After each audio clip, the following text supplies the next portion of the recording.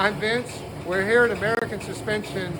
We're at the test facility here, and we're going to look at how we do testing on new shock absorber designs.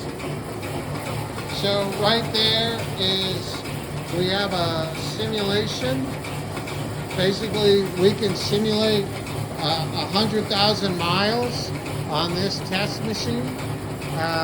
We run it at pretty much a steady speed, although we can also run it so that we can make it go faster and simulate a very rough chatter bump.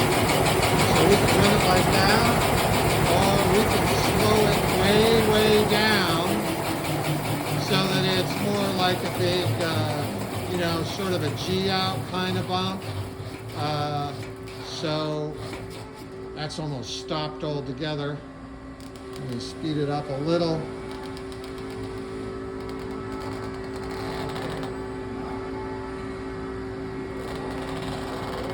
So we can simulate any number of kinds of bumps, and we have a special profile of bumps that we do. We're trying to simulate 100,000 miles of normal riding.